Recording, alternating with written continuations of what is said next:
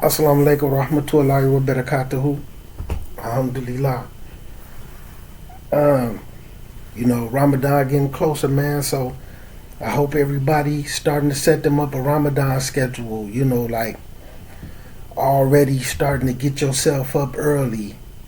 To prepare a little sahur. If you're a person who really not a breakfast person who don't eat sahur, then still get up early and read your Quran. You know, before Fajr come in, read the Quran, read some hadiths. Read something beneficial, and or make some dua, make some dhikr. Do some dhikr or something. If you don't want to really get up to eat, you know what I'm saying. And for those who not used to it, right now is the time to go ahead and just start setting your clock, man, to get up 45 minutes earlier than what you usually get up at. And then that way it'll give you a good couple of times to hit the snooze button, until you start getting used to it. And then by the time Ramadan come, you'll be clicking, you know what I'm saying? You'll be locked in. And just figure out what you're going to do. If you ain't going to eat, get up, read you some Quran, start getting your jewels in, some hadiths or something, some beneficial stuff that's going to benefit you. So, and I recommend anybody to go check it out, even if you told that you can't listen to him. Shadeed Muhammad did over the weekend. Now keep in mind, I went through Imam training with him. And a portion of the Imam training was how to effectively write and deliver khutbahs. So he's not doing the Imam training, but he is doing a short class. Well, he did a short class over the weekend on how to effectively deliver a khutbah. So I was just, I was watching a little bit of it today to see what was going to be different from the Imam training that we had. Because like I said, a portion of it was the effectiveness of giving a khutbah. So I was listening to it, and it's different than what we had to go through, but like ours was a real class. Ours involved studying, research. We wasn't just listening to how to do it. Like, we had to do research and a whole bunch of other stuff.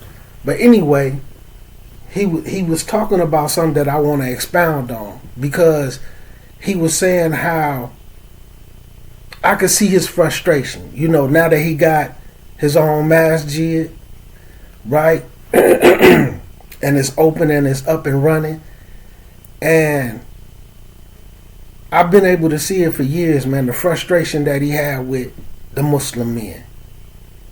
And when you've been around for a long time, you could see us who was coming through, and like, really, you have to understand, man. I've been into the books.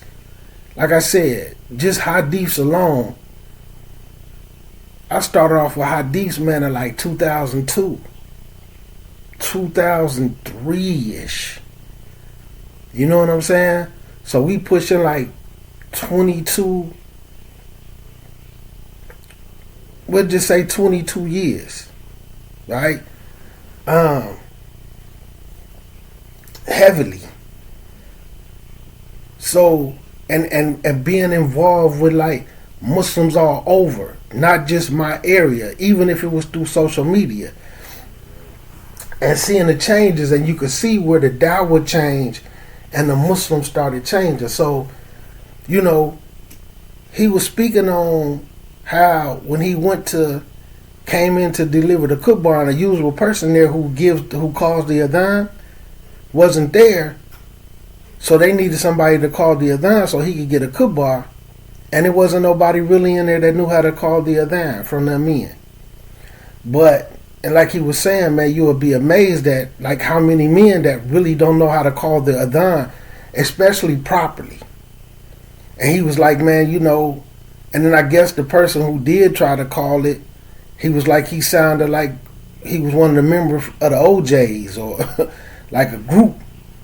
and the way he really singing it and all this other stuff. Like I knew it was a little kid that had came here, and they used to be like, man, dude, call the Adhan, man, it's so beautiful, man. Like, Ak, you need to hear him, and you need to hear him reciting all that, this and that. And I was like, okay, alhamdulillah. So one day he did come to the masjid and called it, and the way he was singing. Now the problem is this: the enunciation of the letters wasn't right. And he do the same thing with the surahs when he's reciting. And he knew a lot of surahs, but I always knew if he ever got into a real class, they was going to strip all that away. Because the pronunciation of the words and stuff wasn't right. But he was singing that, he sounded like Luther Vandross. Like, just imagine Luther Vandross calling the Adhan and reciting Quran ayats. So I guess it was similar to that. So my point is, what dude said, and I want to expound on this. He said that you had the Nation of Islam, and then they started to leave the nation and become War of Deen in the late 70s, the middle, late 70s, right? Then a group came in and they started to break off from the War of Deen part and started going to what they call traditional Sunni Islam, right? But what he was explaining was the educational process never changed. They just changed groups. So they left from the Nation of Islam, like us, we gonna be real. We not gonna hold on to personalities. When War of Deen Muhammad started the War of Deen community, where did his Islamic education come from? Now, for like people who've been in classrooms, especially who've been in universities and know the reality of them, like some people try to say he went to Egypt, and they actually say he got accepted into Al-Azhar University. But you got to go through an Arabic program. His Arabic was worse than what mine is right now. So you didn't even get to the point where you get into studying the religion. And I listened to some older people, like I listened to Dawood Adib's story, because he was a member of the Nation of Islam that also went to the War of Deen community. And he said that he used to travel with them, and he said that they had sent this African sheikh with them, but I think he was kind of a Sufi, he was kind of Sufi-ish in his Aqidah, but he said the dude was basically talking about the principles of Salafiyah, Quran, Sunnah, understanding of the Sahaba. And he said, the guy was running around with them who was supposed to be, help teach some of the religion, but nobody paid attention to him. They wanted what War of Deen was teaching. So then when people got tired of the way War of Deen was moving and started to break off and started their own groups and formed their own masjids, we traditional Al-Islam Sunni Muslims, or which was around before War of Deen broke off, when Elijah Muhammad was still alive, there was a group who did it before them, which referred to themselves as the Hanafi Muslims. And you could see them on American Criminals. I forgot the name of a gangland, but basically they was the ones who was responsible for getting Kareem Abdul-Jabbar to accept Islam. But they was extorting them. And they kind of went to war with Elijah Muhammad a little bit, because they broke off from Elijah Muhammad and started the Hanafi Muslims. But this was before War of Deen, right? And, they had wrote a letter, like dude was talking about how Elijah Muhammad was a homosexual and all this stuff. But anyway, they had did some crimes, man, and they killed the people babies and drowned the babies, and, like they was extorting rich people. And so anyway, you could see about the Hanafi Muslims. So this is one of the groups that he referring to. But the problem is when they broke off, the educational system never changed. Where was their Islamic education coming from? So that's what I want to discuss to show why we affected. So that's what he was talking about, that, and then was saying like a lot of stuff that they came with is seeped into our communities right now. So, but this is what I want to break down to y'all. We gonna break down, and what make me want to talk about it, because I talk to a lot of people, man. Everybody is trying to figure out how to basically educate themselves. Nobody needs nothing. I'm going to get these books. I'm going to read them. They may have the answers in the back, but then they never really finish them. They may go in the back and get the answer, but they never really know how to understand it or how to implement it. You know, we a couple, me and my wife, we going to go ahead and get these books, because some men don't want their wives to be taught by another man, a teacher at a class, because for some of them, it makes them look weak. And I'm only saying this based off of me sitting in groups and we trying to figure out how to get a community educated. And wallahi, these is things that the men are saying. So then they try to do some form of self-study with the women so that they still feel like they the sparkle of their wife's eye when they know they can't really teach them nothing. But let me show y'all where this come from. So I want to give y'all a little something about religion in America. Religion. So even though, you know, I ain't going to say all black people was brought here through slavery. We know that's not the truth. But black people was brought here through slavery, right? Now, why did the pilgrims and different things started leaving and started to come in here? You need to know a little bit of history, and this matters.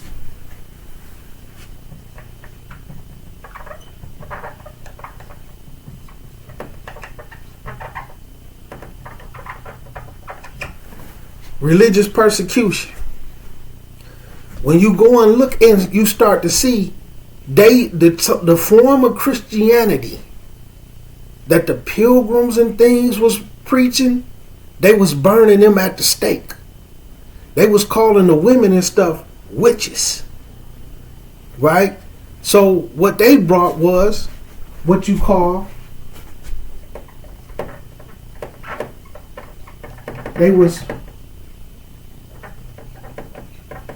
I probably ain't spelled out right. I think that's an A. But anyway, they Protestants. A lot of people don't know that, and it's funny to me when I watch the Hebrew Israelites running around with that King James version of the Bible. The King James version of the Bible is Protestant. You need to look and see what the Protestant religion is all about. Which things that came from the but one of their great figures was a guy named Martin Luther. So some people call it one of the Lutheranism forms of Christianity. It's a sect of Christianity, Protestants. And keep in mind, I actually became an ordained minister. So I learned a lot of this in class, right? Like I had to pass. And it was the first time I ever read the whole Bible, and I was tripping off of it. And the thing that was the most amazing to me was this. When I went and took the class, I had a King James Bible, right? But it was a Mason Bible.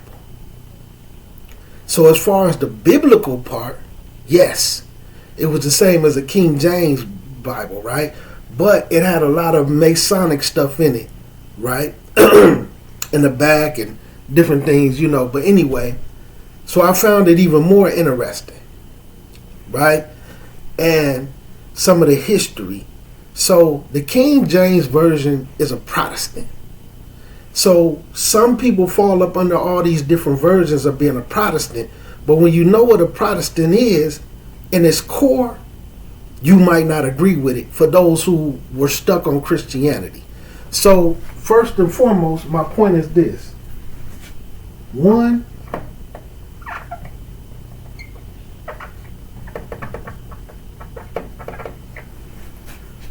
it was fluky to begin with. It was fluky to begin with. Then They brought us. So now we got slaves. Where we get our Christianity from? When you look at your first preachers, pastors, deacons, reverends, minister, whatever they fell up under, who taught them how to be Christian preachers?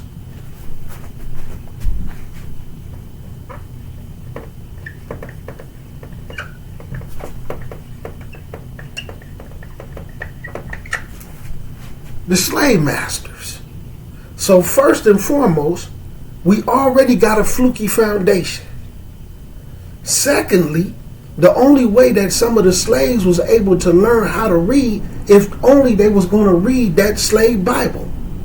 You don't need no education. Then they're already using this Bible to justify enslaving us and beating us halfway to death. These is all facts. They didn't go to school. They didn't go and sit with preachers and pastors and priests who graduated from some theologian type of Christian school. Whether you Christian, whether you Catholic, or you fall up under the Protestant, Lutheran, this and that, the Mormons and all these other different groups. Even what even like when you see like some people call them the Quakers or the Amish, who still practice this original Protestant pilgrim form of Christianity, right? So it's Flukey from the jump, right? So now the slave masters taught us. This is in history. One of us who appeared to be the leader, one of us who was a good old boy, they let us dress up and take baths and stuff so we can have Sunday church. And that way we can gather for that little bit of form of Sundays and don't have to get beat, don't have to work in the fields. We get to have us a little gathering on Sunday for one of us to preach. So then they went a step further and made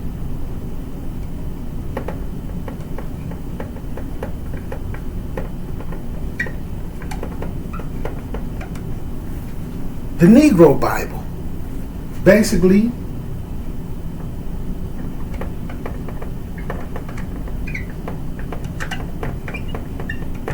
the slave Bible, which right now is still for, you can go buy it right now on Amazon. So what they did was they took a lot of the Bible, they took a lot of that out, they took a lot of the Bible out of it, but left the verses and stuff about how you're supposed to be good to your master. So now we teaching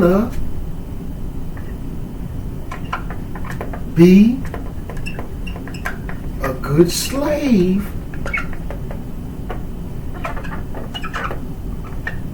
to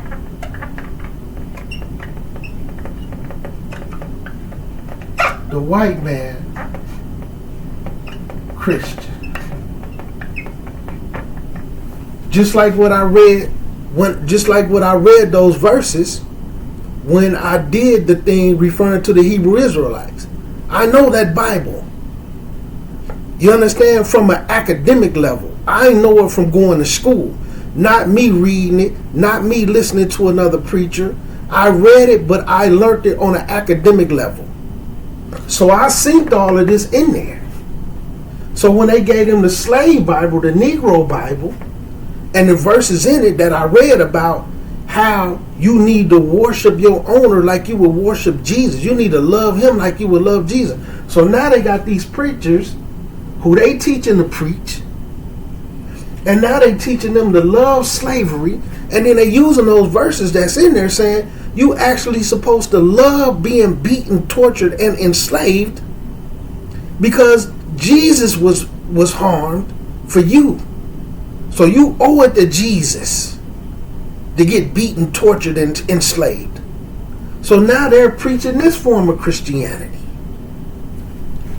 What we refer to as turn the other cheek. I'll put a K there for something. turn the other cheek Christianity. So now the essence of it is turn the other cheek. This is the basis, the start of our religion in America. So look at the foundations, because I want y'all to understand why we are where we are religiously.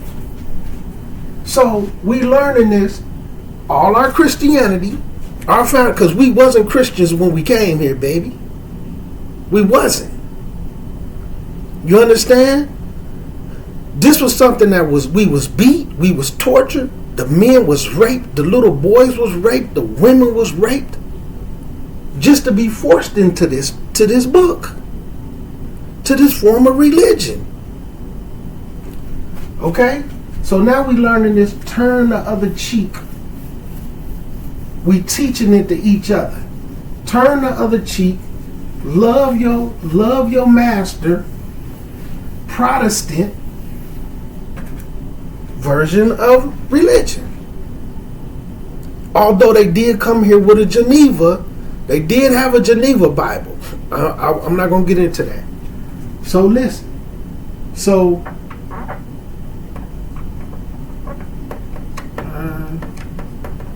the other cheek.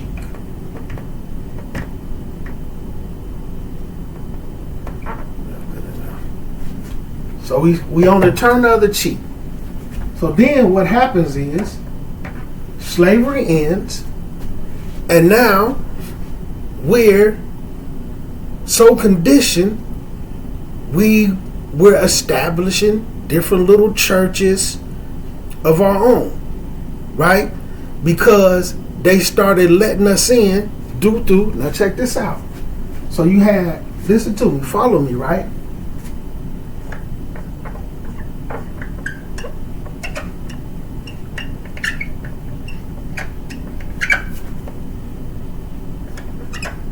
I'm gonna put Masonic in the middle so y'all can understand. So they had what was called the African Lodge. I'm putting Masonic in there. The African Masonic Lodge. What there was a certain group of men who was initiated, right?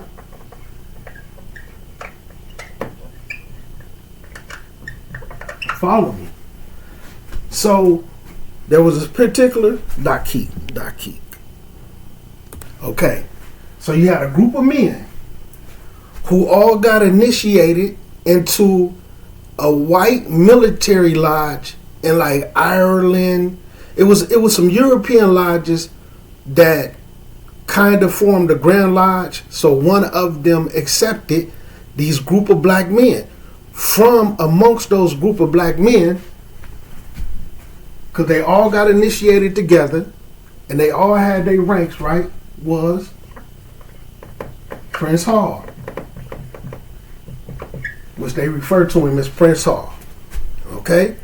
So, out of this group, they formed the African Lodge, Masonic Lodge, right? When Prince Hall died, there was some conflict even before he died, even with these groups, with the Masonic teachings. And what was going on with the white lodges, it was some things they didn't agree on. So once Prince Hall died, they changed the name of it to the Prince Hall Masons. So one thing you need to throw in the first place, why was it the African Lodge in the beginning? That was the name of it, right? So they changed the name to the Prince Hall Lodge, the Prince Hall Masons. So due to these splits, they didn't have no halls, they didn't have no buildings, no temples. So some of the group, they but I refer to it as went underground, because it's basically what they did. They went underground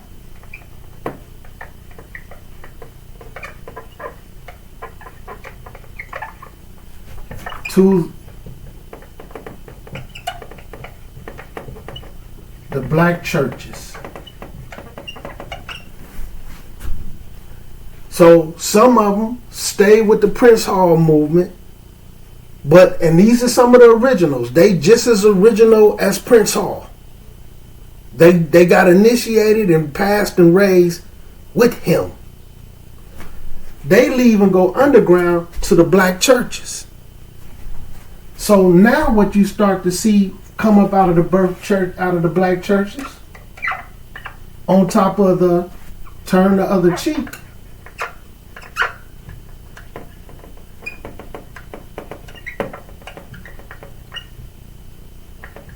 up on the outside of the turn the other cheek, now you start to see a form of Masonic structure coming out of the church.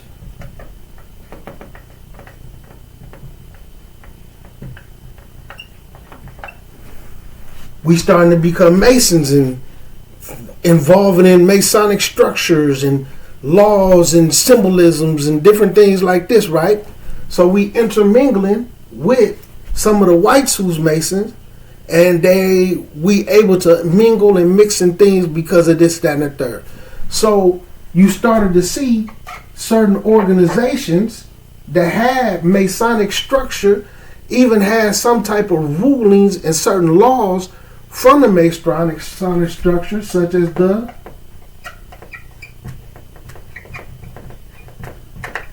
Garveyites. Now listen, I want y'all to follow me. So you had like the Garveyites. The Garveyites wasn't the only movement like that. But because of the turmoil, because you had Marcus Garvey, you had W.E.B. Du Bois, you had a bunch of different people that was doing certain organizations, Frederick Douglass. So, but because of the controversy and the way the government locked him up, he was one who was able to get big money from the government. So it was a real Christian Masonic based group. So the Garveyites, but my point is this, where did they go to school? Where was they learning what they learned? Outside, it was still coming through the slave master, to the Negro Bible, to the King James Version, which was still the same, but they still teaching each other from what was Flukey. Now the Masonic structure and some of the discipline, the rule and regulations, and now they're trying to do for self. So you got the Garveyites, which birthed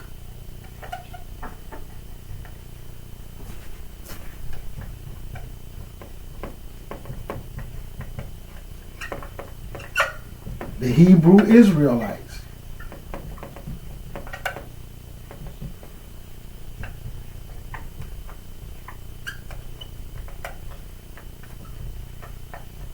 The Moorish Americans.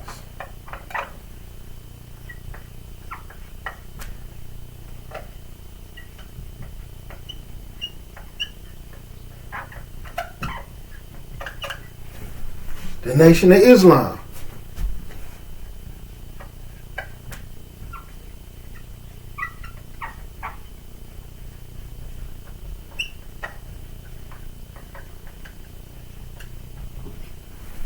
The Wharf Dean community.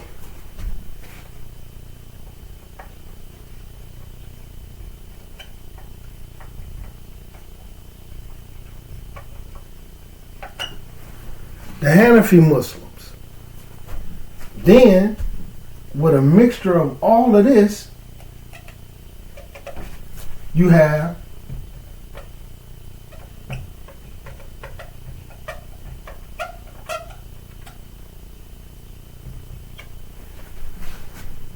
the Black Peace Stones.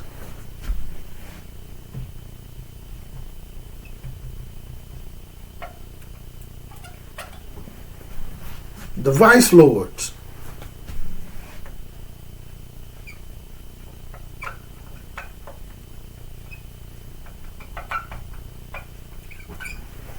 The Four Corner Hustlers. Pay attention. Follow me. Follow me. Follow me.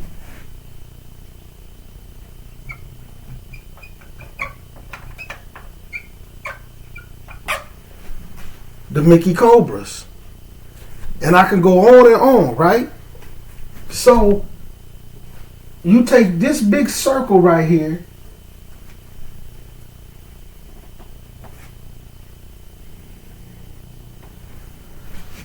all of it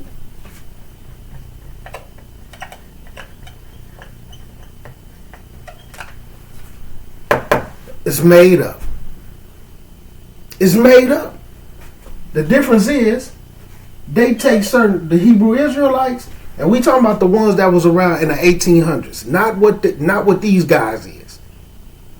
And then you look at the ones who are in Africa, who wear the yarmulkes and stuff like that and read the Tanakh. If you listen to them, they don't sound like these people here.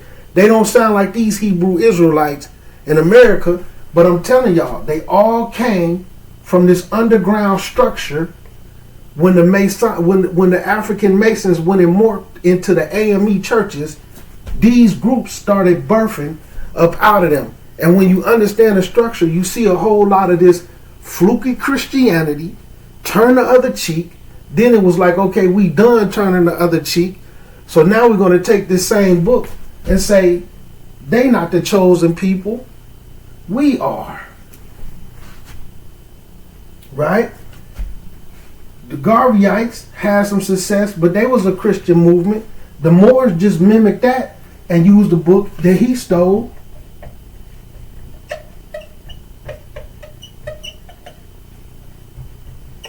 From Levi Dowlings, called the Aquarian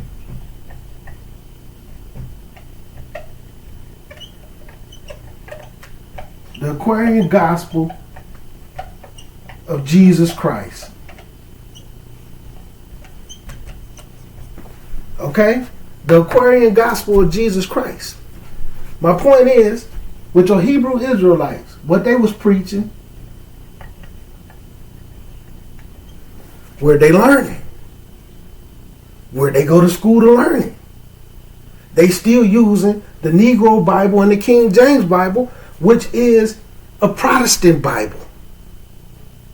Not a Jewish, not an original Jew, not a Hebrew, not an Israelite Bible. They're still using a Protestant book. But who's teaching them what they teaching so that they can understand it? They teaching themselves. Who taught Noble Drew Ali the book he had when he calling himself a prophet? Who's his teacher? Rasulullah.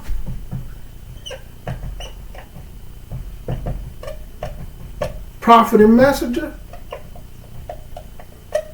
But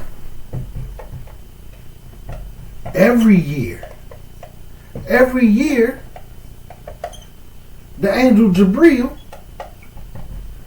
came and taught him the Quran and how to practice Islam. This is facts. So if the Rasulullah sallallahu alaihi wasallam, a prophet, had to be taught Islam, who taught these people this stuff that they teach? Follow me. Nation of Islam. Who taught Fard Muhammad? This version of Islam and stuff that he's passing on. Now see, they could say Islam all they want, but see, I know the lessons. I know the lessons from all of this stuff. All that, how long did it take Moses to civilize the devil and all this other stuff? If you ever seen the lessons, you know it don't come from Islam. Alright? It's made up. But my point is, who taught them this? War of Deen. You know, who switched over to traditional Islam as they was calling it. But him being the imam of that community, where did he learn to be an imam? Through the Nation of Islam. He changed the name and the version of Islam he was teaching. Who taught it to him? Because you know you're not going to find it in no universities for those who honest with themselves. We talking about exactly what War of Deen was teaching. And then who the people he taught. And then the people they taught. Where's their educational system coming from? Nowhere. They're following the format of a fluky system that when we got brought here, that was taught to us by the slave master, and now we just teaching it and making it up and making it up and making it up. Just like even right now, a lot of the preachers and stuff that have churches and stuff, some of them ex-pimps and ex-drug dealers. They read the Bible, went and got them a little 501c3 type thing, had them some money, got them a church, and they started preaching.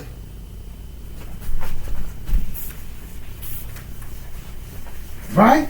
Some of them never went to no divinity school and all this other stuff, right? And we talking about a lot of them. Some of your major big preachers, right?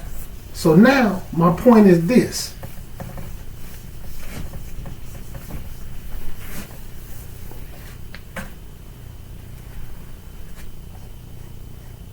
Now this morphed to I keep, and I'm finna wrap it up. This morphed into this structure, the imams of today. The imams of today. When it comes to us, which I'm going to say urban Muslims, it's real talk. 85 to 90%, and that's being generous.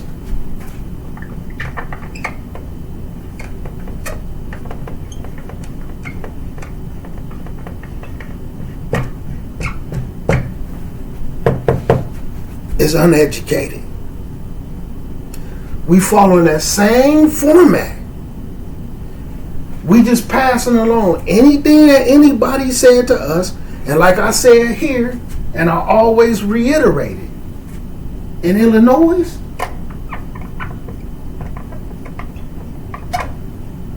it's a mixture. But if you don't know the history and you don't know certain things, you won't know. You will just think it's Islam. It's a mixture of Moorish American,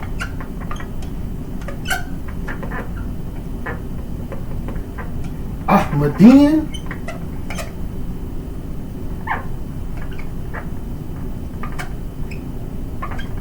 Nation of Islam, and then all the gangs that I listed. Gang literature.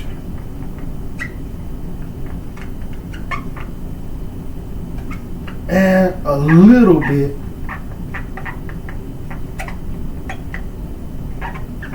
of Sunnah. Mixed in with a little bit of Sunnah. What do the little bit of Sunnah come in? Rituals, Jumu'ah, Wudu, Salah, no pork. You understand? But then a lot of the belief and the terminology is coming from this stuff. NOI, gangs, Ahmadiyyan, Wharf Dean, and don't knock to them. So my point is, I'm expounding on his point. When these groups started to morph into what became the Nation of Islam, and then they morphed into the Wharf Dean community, where did the Islamic education come from? The Wharf Dean community, they took over all the Nation of Islam temples and just turned them into masjids. Whoever was the Nation of Islam imam of that masjid, or minister, because they was referring to themselves as ministers, just like even today, Minister Farrakhan is still Minister Farrakhan, not Imam Farrakhan. So when Wharf Dean came, whoever was the minister of that temple already just became the imam of the temple. But when did, so like look at this. Monday,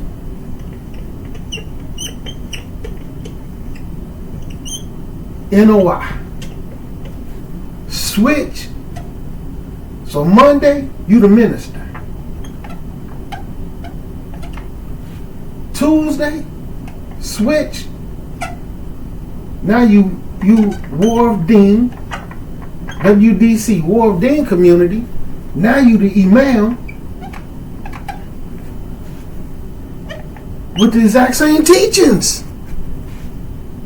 Where your teachings come from? Just other than some things that's ritual. Then when some of them broke off, got mad with Wharf Dean, broke off.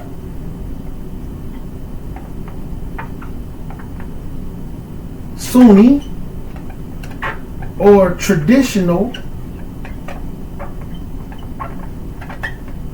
Muslims in their buildings, now they the imams. Where their teachings come from.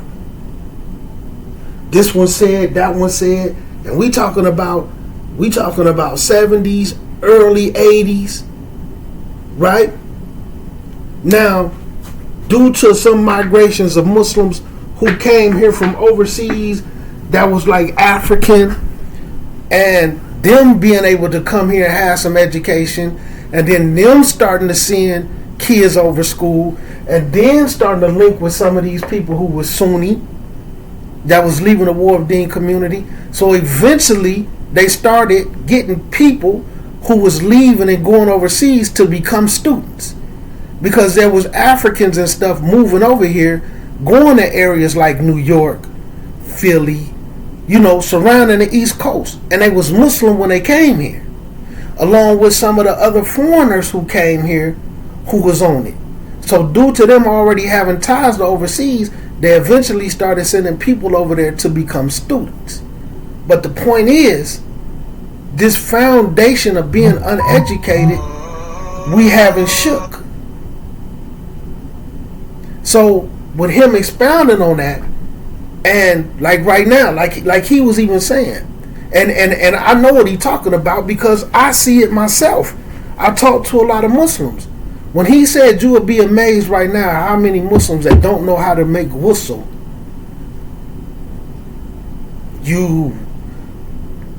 The funny part is, some people wouldn't be amazed, because some people, it's going to pop up in their head like, wait a minute, do I even know how to make ghusl?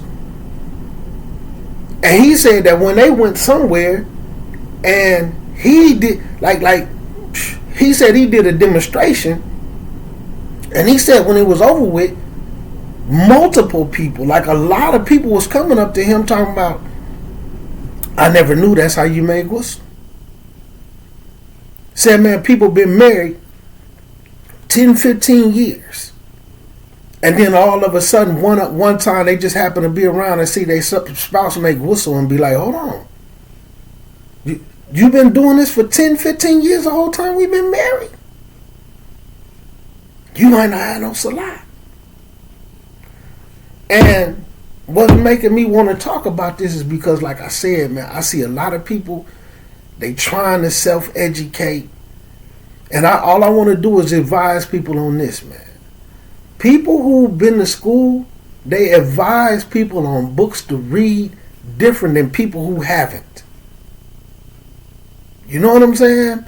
Because they know the difference between beneficial books and then books about Islam. See, like he said, it's people in this masjid, they don't know how to call the adhan, they don't know how to make ghusl, but they know how to criticize. They know how to warn against. They know how to refute. They know how to refute people, right?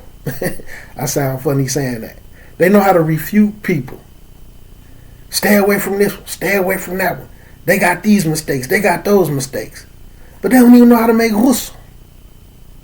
Without ghusl, you have no salah. So people who've been to school, who've been educated, they try to gear people towards books that teach you how to do ibadah, things that Allah is going to reward you for, things that help you get an agenda, things that keep you away from the hellfire. Then some people just reading all these other little books.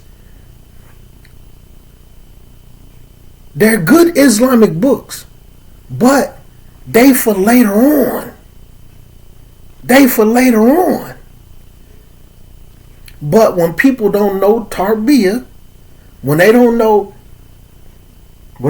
Head Start, pre-K, right? They don't know daycare, Head Start, kindergarten, first grade, second grade, third grade. So now you just have people who just all over the place.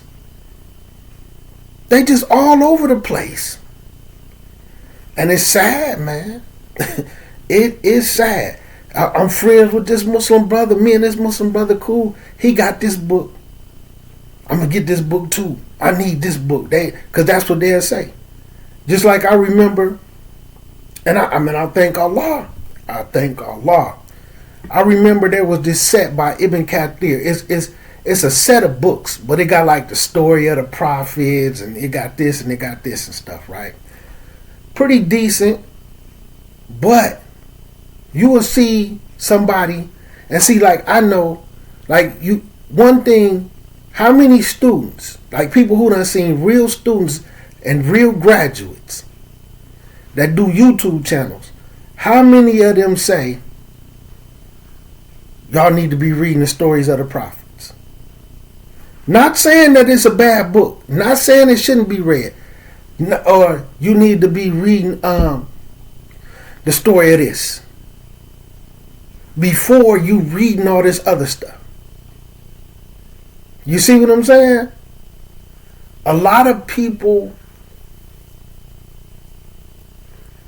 or books are like, it's just a lot of books. But it's because it's normal for us to have a form of education that stops us from prospering. It'd be enough for us to feel like we're doing something, but when we really take a good look, we're really not doing anything. And it's almost like that for us all around the board. We're bringing that to Islam. But we get tied to the people who we love or the people who we like, not really knowing what's to them. Like he even said, you'll be surprised, man, how many Muslims can't say the Arabic alphabet. And unfortunately for the Muslims that I know like that, they do more talking than the people who should be when it comes to talking to other Muslims. Because they want them Muslims. Let me tell you something. If you've been Muslim for 30 years, and the only thing that you know for certain is the stuff that you learned your first 3 years of being Muslim. When somebody new comes in, you know your deficiency. But they looking at you like, man, you been Muslim for 30 years? Right? You been Muslim for 30 years? You probably a Hafiz. They couldn't even fathom in their mind that you can't even read Arabic alphabet. So they had to present themselves, man. They fall into presenting themselves to hide how deficient that they are. And they don't care that they fooling people. This is something that we need to grow up out of, man. Now, although I went through all of that, but I want people to understand this is something that we need to break. You know what I'm saying? Because it's keeping us divided. We really not growing. To be honest with you,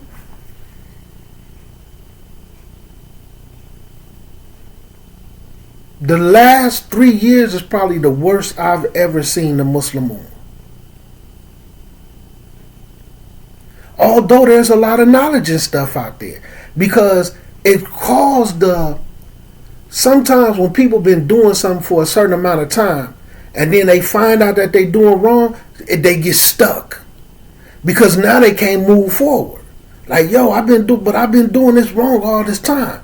So then it causes confusion. They get confused because the person who showing them what they supposed to be doing, they've been taught this is somebody that I'm not supposed to listen to. You see what I'm saying? And I'm not saying that from even to a small level. You see what I'm saying? Just like it be new Muslims that come to the community here. One of the first things that they do be told is don't listen to me because I only know hadiths. I don't understand anything else, which is a stupid statement. But when you're a new Muslim, you don't even really know what hadiths is. So you don't know. But this may be a person that you look up to, or you convinced that they know Islam. Oh man, don't listen to the brother, man. The brother kind of harsh, man. He an extremist. He don't know nothing but hadiths. He don't really understand the Quran and stuff. They be like, oh, okay. But in reality, the person who told you that is the one that don't understand. They don't want you to figure out that they don't understand.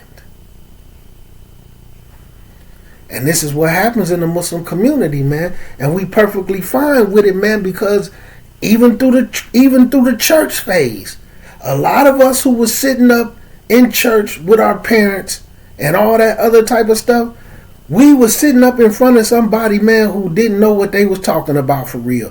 They'd just find one little page in the Bible, turn to this page. Anybody who been to church or know that church format, they'd be like, turn the page such and such and such and such. They'll read 3-4 verses up out of it and then talk and then be like, now turn to this page, flip all the way to a whole nother page, because they got to skip you around it because they don't really know it. They just skip you around it and then talk about common sense stuff. Don't go to the club. There's violence at the club. They're not even really teaching you the Bible. Put more money in this pot with prosperity teaching. Sow those seeds so that you can become rich and wealthy. This is Jesus want everybody to be prosperous, amen. Knuckleheadism. The whole time they running through everything in the church and spending every dollar on themselves. Never really had no real M. But because they an underground Mason, they done came through this side and never really went to a lot of this and this. And then these other people who falling in line with their underground masonry, and because they sitting up doing this and that, and they talking, people falling in line because they under a Masonic structure. And then if you never join it or you don't ever become a part of it, you never get to put your hand in the pot. And now the mass just is becoming the same thing. And I'm saying, you know, I sat with a group, man. I talk about it all the time. Before Ramadan, a month before Ramadan, we had plans. And I remember saying in the first khutbah, before I started the khutbah, when I stood up, because I seen some things and I said this during the khutbah, man, too, before I started the khutbah, while I'm standing up there to get ready to talk, I said, man, let me address everybody before I go into the khutbah. Now that we right here, this give you a chance to see what other people was trying to do. Some people with no education trying to gather up a community for whatever reason and trying to do the best that they can with the people. We don't want to become that. So we need to make sure that we educate ourselves, that we have real education so that we can educate the people. We don't want to become exactly what we're trying to get away from. But see, some people do want to become exactly what we're trying to get away from. Why? Because now they could put their hand in the pot, see? Some of us paying attention and getting groomed by people that got their hand in the pot. And they following a structure of a system that has been instilled in us since we touched this land. Same thing, same structure. Even with mixtures and bits and pieces of people who just made up their own religion. How you a Hebrew Israelite, but you following a Protestant Bible? Where your Hebrew Israelite Bible at? You know what I'm saying? Where your Hebrew Israelite joint? But see, all y'all know is King James. King James was instilled in y'all. You know? But anyway, man, I ain't gonna get into that, man. So I just wanted to expound on that point, man, and get y'all to understand, man, and to understand, we really failing, man, as an urban community. It's a lot of us becoming Muslim, that's alhamdulillah, but this trying to self-educate and being all over the place, man, we discombobulated, man. We discombobulated. And man, Allah guide us all, man, and help us all, and, help us to grow up out of it. And this stuff is starting to be pointed out more and more and more. Get with somebody, man, that has credentials, man. And like I said, I advise people who really serious and not caught up in that who you could listen to, who you can't, you my master, they not, all this dumb stuff, man, from some people who, I'm not even going to do that. It's too close to Ramadan. Go listen to Shadid Muhammad, man, the 2-day thing he doing on how to give an effective khutbah, because he's talking about a whole lot of stuff, man, that people need to hear. Man, I highly advise it, man. I highly advise it, wallahi. Now, if some people might unsubscribe from me, or some people might hit the thumbs down button just because I'm saying something about Shadid Muhammad. But I'm going to keep it real. For the people who trying to get some education, man, and even if you feel like I can't do Shadid Muhammad and this and that, just listen to it just for a little bit. And look at the stuff that he pointing out, man. And the man being extremely truthful, man. And he giving a whole lot of ilm about Fardo Ain, Fard al-Kifaya. I had started off teaching about Fardo Ain and Fard al-Kifaya and certain things from it. But unfortunately, because of the way I'm on YouTube, and then like for the small group, some things I had to shut down and do with us in private, because it's always somebody in the comments that do little weird stuff, when it comes to YouTube. Which I'm not going to go into because I don't want to give people more ammo. But they start to try to do little weird stuff, or because my Telegram information is out there, start saying all type of weird, goofy stuff on my Telegram. So sometimes I avoid certain things because I really don't be in the mood for it. But anyway, man, let me get up out of here, man. Assalamu alaikum rahmatullahi wa barakatuhu. And inshallah ta'ala, man, people can benefit from what I'm talking about and try to understand what I'm trying to say. We've been had, man. How long is we gonna continue to be the doofies? We the star of the show and the clown at the exact same time, man. We Muslim, man. The men, man, we need to stand up and really get on something, man. And quit treating this like some gang banging and hating and being just talking goofy, man. And like these individuals who don't really have nothing really to offer, so they leading people towards being critics. This masjid ain't that. This student ain't this student ain't that. Look, we need to learn these books. We need, Sheikh Rabi would have said, and Sheikh Rabi, when all along, that ain't even what Sheikh Rabi was even talking about, what y'all doing. Y'all twisting his words and twisting up his works and all this other foolishness, man, along with some of these other scholars. And now everybody sitting around, they don't know how to make ghusl. They don't know how to pay zakat. They don't even know how to pay Eid al-Fitr. Right? Things that matter, that go on your scale of D's, whether you get into Jannah or not, they really don't even know what to do when Eid al-Fitr come around. And been Muslim 10 years, 15 years, 20 years, 30 years, all type of stuff, man. But they know you shouldn't listen to that one. You can't go to that masjid. All this foolishness, man, that means nothing. Man, assalamu alaikum rahmatullahi wa barakatuhu, man. And may Allah be with us all. May Allah guide us all and help us get to a point of peace and growth so we could be a real Muslim community, man. Assalamu alaikum rahmatullahi wa barakatuh.